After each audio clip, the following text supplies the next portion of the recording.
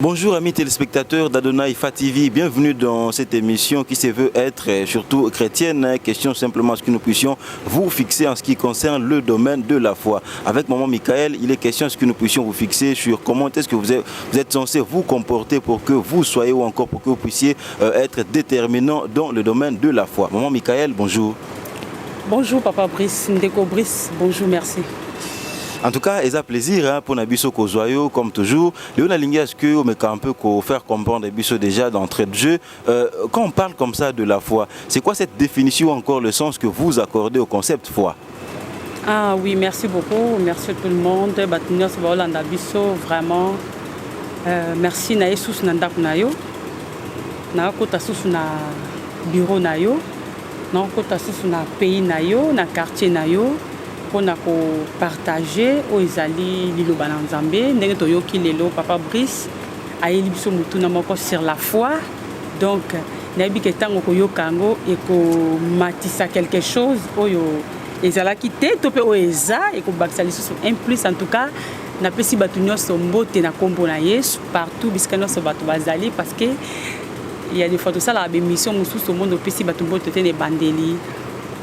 Vraiment, appelle les Alaken. Non, Maman Michael, bandika pour ça nous dire bonjour. Et en gros, le long, on a petit babinia ça bonjour. Mais là, quand on a motué, on a un gars mingi zaka. Kopé ça ba na nzambi nyoso alléluia. Donc, au désir le moment qu'on a bota manango, na misa na yango. En tout cas, merci beaucoup pour la question na yo ya foi. To mekana nous kokota na foi wana na lingala. Eza lo lenge nini kondima. Amen. J'espère que ça yango. Tant que nous avons mwana mukie tobako yimba nzembo moko balobaka kondima ezangi misala. Amen. OK, foi na biso esengeli zana ba acte posé na yango. Jamais mutoroza na kondima mais kati na ye ba acte posé ya foi ezati. Donc foi na yo faut la développer na quelque chose. Eza religion moko eye na église et outi pa ina Nzambe mokondi Yesu Kristu tata na biso. Amen. Amen, parce que nous sommes devant Nzambe. Alléluia. Foi na yo esengeli zala na ba acte posé na yango. Tango mutu alobi ke le lenge na zabo na bi ke naza na foi. Mais na kati ya foi nanga ba acte posé ya foi ezate. Donc c'est que kondima nanga ezangi misala. Misala yango eza ba acte posé na ngai. O ba ye ko libazaki na foi mukie. Nzamba bengi bango bato un peu de foi. Pourquoi? Parce que foi na bango kondima na bango ezaki na ba acte posé te. Donc tango to moni foi kati na moto directement to moni bonzambe. Donc tango moto za na kondima mbala moko ki bonzambe eza kati na ye. Eza liloba moko eloko moko ya motuya e wuti na kati ya religion ya ba Kristo. Amen. J'espère que comprendre nga quand même pour la question. Ouais, ça va. Donc c'est un peu ça n'a pas développé. Allez-y. Ah d'accord, merci. Toujours dans la carte il y a question, il y a Papa Brice ça aussi que poser biso.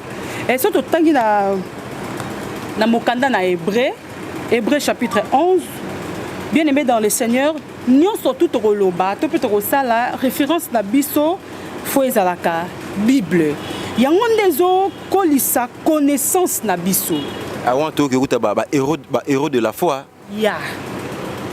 Au moins que non babengi mutu papa na kondima ozaka kana ndeto za belelo mutu so aboti mwana moko akomisi ko la liki aboti mwana moko akomisi ko don mutu touché ete donc so touché on a problème et ozala nani soko touché mwana et oza problème soko ça pauvre oza mbongo le boma pona mwana ngai. Alléluia. Mais to ebi mutu mo na kati ya Biblia nyonso o Mama Michael alobaka ya sika ezate. Nyonso o Mama Michael alobaka toyo kakango ezalaka bateya. Mama Michael ayekaka ko bakisa na part na ye o Nzamba lobi na ye aloba a transmettre na kati ya ndaku na yo. Alléluia. Hébreu chapitre 11 premier verset. Or la Bible nous dit ceci. Or, la foi est une ferme assurance des choses qu'on espère, une démonstration de celles qu'on ne voit pas. Alléluia. Et un miracle, moko, moutako comprendre ce qui nous embête. Parce qu'il y a des fois, mouton vanda boé, tant que vous avez la foi katinayo, foi wana ezokokisa makambo moko oyo ozokosattendre nango te mais ekomi mpe ekokisami donc ekamwisi mutu obi likambo ewuti wapi eza par rapport ya kondima oyo mwana na nzambe azali na yango foi ezotonga biloko ebele kati na bomoi na biso meme mpo moto lelo atangolama abikisama eza teke mutu fakende kisi mpo asala bamiracle non eza démonstration moko moto akokomprendre yango aza te soki yesu kristu te mais kati na yo esengeli oyeba ke mwana na nzambe nyonso esengeli atambola na kondima kati na ye soki kondima na yo komi kozanga misala yango omona moto akosala makambo moko mpona nini azangi boyebi ntango oza na foi boyebi kondima nyonso ekozala kati na yo parce que oza libanda te oza na kati ya religion elongo na yesu kristu mwana na nzambe. Amen. Maman Michael, en tout cas, ça lit bien explication, mais je veux surtout comprendre, puisque autant que Abraham, na Hébreu 11, tout le monde a Abraham, Noé, héros de la foi, Bazawana, mais les tout le monde a te belé, na église, tout le monde a foi, surtout pasteur, je sais pas moi, diacre, fidèle. Est-ce que condimanion sur tout le monde a besoin réellement foi chrétienne ou encore soupe comme une arrogance chrétienne, c'est-à-dire que tout le monde a que Aza vraiment assiduité en fait sur le plan chrétien, mais au moins que azo témoigner une sorte de foi au katina azo ressentir vraiment le côté aza en harmonie te nzambe mais aza quand même la foi question ngeza surtout to o mekampe ko faire comprendre biso est-ce que mutu nyonso ndé aza censé atia foi na nzambe ou encore eza na mutu o eza que vu niveau spirituel naé aza même pas na droit ya otia foi na nzambe en tout cas n'habite soki mutu azo tia foi na nzambe te ce qui a vraiment muto o nzamba keli pa pesi pe manabomoy mais par exemple muto o aza ana monde occulte muto ana ba loge consort ana foi quelque part na tamusu na biloko na e mais na miso bato mona ke muto aza na foi to eba ndene que foi muto eza basé na nzambe pe muto foi na eza loin de Dieu. Bon, merci beaucoup, Papa Brice. Obi bien que muto aza na kacha ba loge. O aza na kacha ba loge, akocha foi na maître na ye. Yo pe moi na nzambe, faut cha foi na maître mokeli na yo o akeli yo.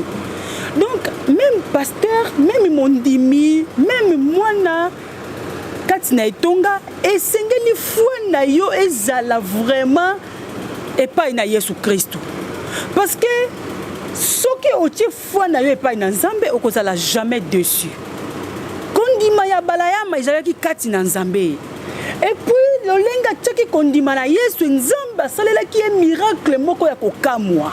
Alléluia. Alobi Jéhovah. Parce que amoni eloko moko s'attendait ki nangote, le Dieu de miracle. C'est par la foi Abraham a eu fils unique na ye. Ake offrir ye un sacrifice pas na nzambe. Soko za kondima to ko sala yangote.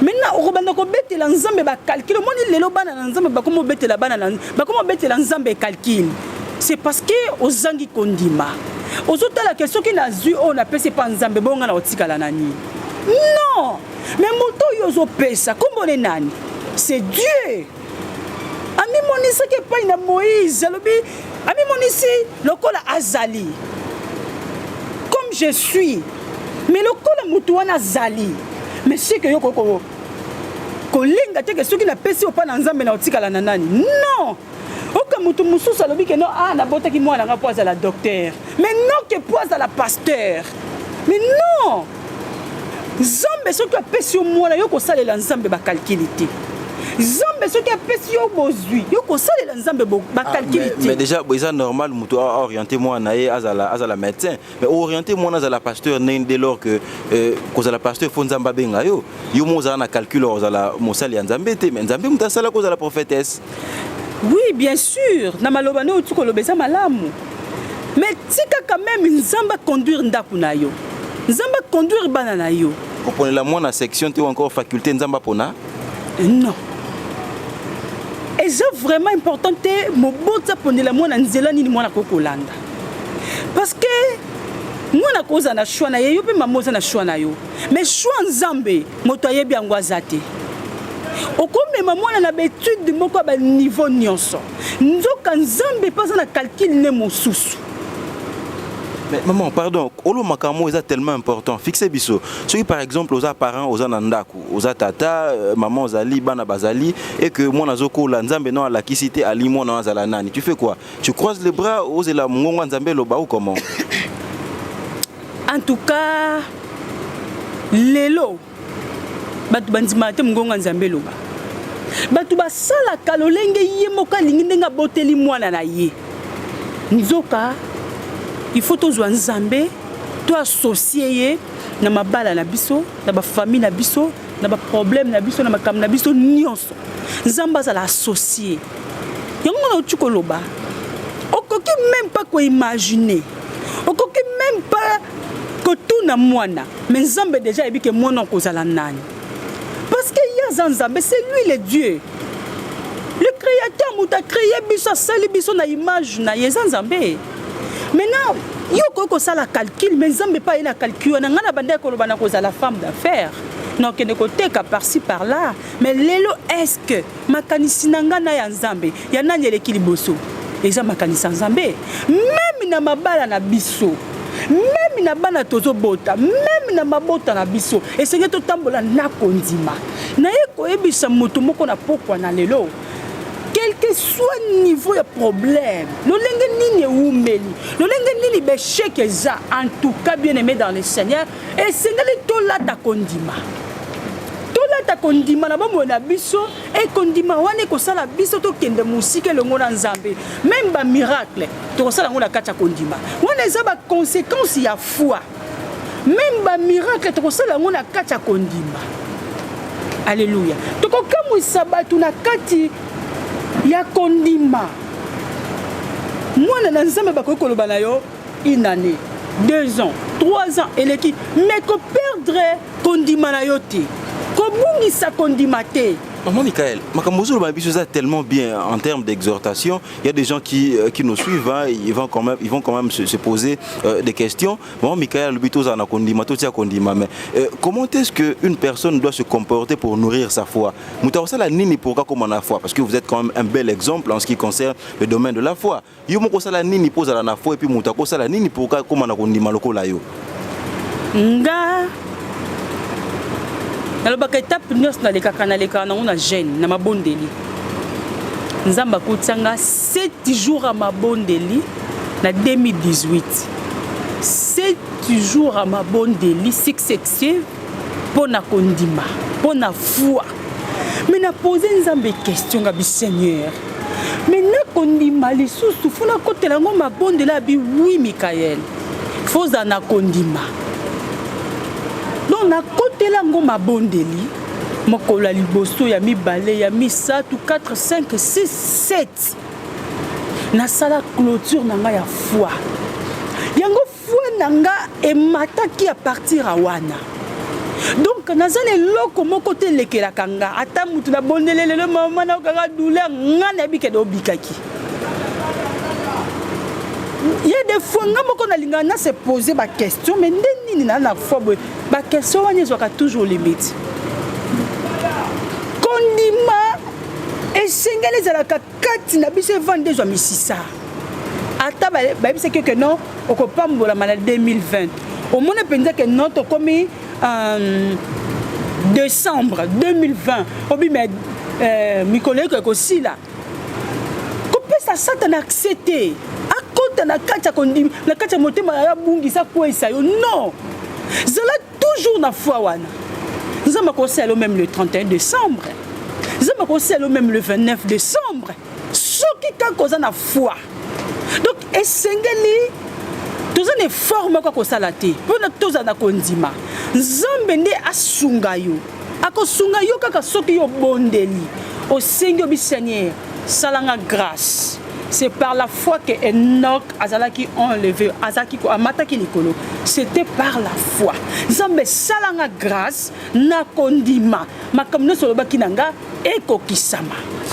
Très bien, maman Michael, quand est-ce qu'on peut utiliser sa foi? Parce que tout le monde a l'élo, bazo kufa, ou qui est dans l'hôpital, malade, baza tellement ébélé, mais c'est un moutou mort qui est dans l'hôpital, qui guérir batou, moutou mort qui est, je sais pas, n'a pas mort, que le cœur mort, que c'est qui ça batou. Est-ce que ils ont relevé ou encore ils ont accepté quelque part que batou bazangi foi? On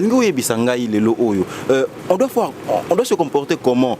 Puisque foi est allé tiyo aux anakondima. Oui, bandeni que moutou faut na bonde la pona ya obika, moutou natikae. Parce que quand même, je sais pas, moutou mso ako qui n'est pas bonde la monnaie que azana foi, aleki na balabala, amoni soit pas toi mais bembe akia bonde la et que salami que moutou na sécurité. Ba robetaye. La qui s'abisonze là, tout ça la nini. Quand est-ce que nous allons utiliser notre foi? Foi na biso to ko utiliser ngo nyoso to lingi. To koza na moment musu to utiliser foi, moment musu to utiliser foi te non. Moment nyoso tout il faut utiliser yango bisika nyonso. Si on est besoin le conseil le quoi Jésus boya na a c'est quoi? Mais si tu as la foi, tout est possible. Maman, donc ko lo bandenge na quartier na bino bato bakufaka oyoka sonke bakufaki okenda kuna te po ozanga la foi? Ah non, exactement kenda kuna te po na zanga foi. Exact que il y a des fois, on appelle ça moi exemple encore ceux qui n'a aucun ça la prière comme sous nos hôpitaux, ceux qui n'a aucun kanzamba lobi nanga kuna koto zo kende yambisa Yesu. Nebi ke motona ko vivre te. C'est la volonté de Dieu. Mais ceux qui nzamba lobi motona bisko zo kende loba boe na bikisa ye. Nyonso eza volonté ya Nzambe. Vous voyez? Donc, exactement que non a kendakate parce que nazangi foi non. Ce qui Nzamba permettre au Koufa. Nzamba permettre que pour Lazare que ne se retrouver na Katiankunda. Pour toujours amonisa nini ki bon Nzambe na ye. Ce qui le long Nzamba lobe se ku sabawei. Bien aimé. Exactement que non Nzamba ko tuna non. Akozwa tindi yo ke ipi asali ba miracle na ye. Eza succès na ngata eza succès en Nzambe. Mais nga foi na nga okolala na foi na yo okolamuka na foi na yo okozala nango nyonso bisika yo za parce que c'est la foi et koko déplacer kate que moment on a na foi te moment on a na foi non. Mais maman Michael, en fait, réponse au PZA tellement bien. Mais la qui s'habille sur les sous. La foi résout quel genre de problème? Par exemple, tellement mingi, est-ce qu'il peut se dire bon, c'est Dieu qui va résoudre mes problèmes. Foi na biso, quand est-ce qu'il faut tous en foi? Tous en foi, n'a pas problème, il y a nature nini. Ah, waouh. Oui, que maman Michael Alongwe, Mboka Luanda, aye Congo. Na lobi que na tant na komi Congo na se retrouva ki na maboko na ngai tant na futi hôtel na tikali lokola na $20. Siko maintenant nazo vivre ngana Adonai et puis ayebisi ngai oko zala kaka na hôtel na ko futa hôtel wana kino na kozula yo ndaku kino na kopesa yo esika ko vanda soko zana foite au salangote parce que papa ba donner alobaka ngana okende te omoni foi kati na ye ezalaki tu azanga foi na niveau moko foi kati na ye ezalaki te mais nga na salaki que na zui Adonai na tiele mkongo na ye na komi Kinshasa na koti na hotel na vandi na hotel na vandaki na hotel kino se que Nzamba azwaki ngake na nga matadi na ye apesi esika kovanda na salelaki Nzambe calculité. To saleli Nzambe calculité. Ce qui peut te raisonner te que to kolia nini. To se eloko moko ya ko perdre te pe ya ko lelate. Parce que to saleli Nzambe calculité. Donc foi na biso esengeli ezalaka na moment nyonso. Na vandaki, na liaki, na melaki, na kondimananga. Mais est-ce que nazaki na accompagnement ko na ki osala? Nzambe a permettre kinga te na betela mutu porte et surtout que na Congo nazaki mupaya. Maman Michael, est-ce que foi ya mutu zo dépendre quelque part na niveau ya sanctification na été? Foi ya mutu zo dépendre na lolenge na yo ya kozala na kati ya sanctification ezo dépendre na ba critères nyonso ko benga mwana na Nzambe. Tango mutu aza mwana na Nzambe, makila na yo, mai na yo, corps, âme, esprit na yo ya bana na Nzambe. Mais ce qui moutou na kati na ye ki bon Nzambe ezate. Même sanctification ko zalate. Parce que bon Nzambe ezate. Mais ce qui déjà nous donne la sanctification, c'est que quand na ki bonzambe ezali. Donc tant que na lune wana mbala moko biloko na nyonso zo tambola na yo eza misisa. Yango nde simbi yo pourquoi ya tenir na gauche ni na droite. Vous comprenez nga, tout peuple de Dieu comprendre nga. Alléluia. En tout cas le message passe très bien. Ah merci beaucoup. Donc quand na biso poto za na kondima il faut tout zala lokola bana ba voisin bazalaka. Oyebi ke bana ba voisin nde bazawana soki balobi bala le coussin timko ba rozo ba la le coussin ba bouger te. Mais biso bana nzambe pour nini fond na biso ezwaka limite. Ah bana ba voisin nde bana Satan, les enfants du diable. Oui, moi na sa publicité na bango ezate po ana sa publicité mon konzinanga. Bana ba voisin bazwaka Papa na bangi na sali pub Satan te na lobi grande. Bana ba voisin bien aimé ba lembaka te. Mais pourquoi ni biso photo lemba? Non. To lemba te. Yesu tine kulusu alemba kite. Azaki toujours na foi na yeke non mokonzi atinda kiye. Ako abandonner te. Ako tika yete. Ako décevoir yete. Mais pourquoi que biso nzamba pesa yo promesse? On a la promesse de Dieu. Mais comme il y a un moment où il faut avoir la foi. Bien aimé, nous avons donné la foi. Nous avons donné la foi. Pour ceux qui ont la foi, nous avons la foi. Maman, tu as donné la foi. Mais parce que les voisins ont la foi. Mais pendant que nous avons la foi, nous avons le 24 décembre, c'est la foi. D'accord. Et pour nous, Seigneur, moi, nous sommes abotami la personne comme voix Adonai. Nous sommes c'est la foi. Mon colonel qui est l'hôpital, il kobota. Na zwibi lo ka ba bébé ba drap ba couverture ba bébé na décoré déjà na mbeto ngabi Adonai akola lawa. Alléluia. Papa ba donner bi metika ko ça ba donner ngabi te Adonai akola lawa. C'est la foi. Yango ndezaki ko sala kati nanga. Mona komo pesonga par la foi kombo Adonai. Oui, c'est par la foi tout. On a beau mondangai et sa foi. Au moins n'ingata no kinangola. Na ebisi ba grande sœur nanga, na papa nanga, ngabi dans 6 mois. Na maman otanga maman trop tard aussi les katia mado. Na ebisi bango ngabi na salelo ko moko bona 1 mois. Nazaki na foi. Ngabi sika nyoso zeko tambola. Maloba nanga zakana toujours na kata ko ndima. Pendant que nazaki nanu jeune fille lokola ba jeune fignos. Maloba nanga zaki toujours ko tambola na kondima. Na tiki dra de la nyambeto ngabi adona ya ko lala. Eza kondima. Tant nzamba lobi na ngai à partir à lelo comme prophète. À partir obi ke batolelo batebele lelo babungisi makabona bango pona ko zanga kondima. Nzamba bengi alobi na bengi mosali na ngabi ah nzamba confirmer nga. Ozana foi mukie.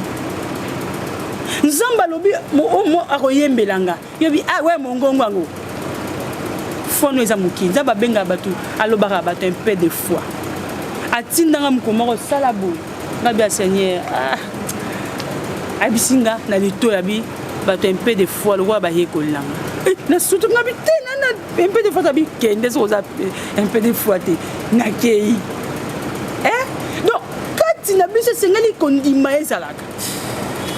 Voilà, maman Michael, je crois que le message est passé, que nous n'aurons plus des gens des peu de foi. Hein, mais je sais pas comment vous laisser partir comme ça, sans pour autant que n'a pas sortant ou fixer quand même opinion. Hein, parce qu'il y a des gens dont la foi est en train de faillir. Hein, je sais pas. Est-ce qu'on a un message mot particulier au Pesanabatou sur la façon dont ils sont censés se comporter pour entretenir leur foi? C'est par là que nous allons boucler complètement cette émission.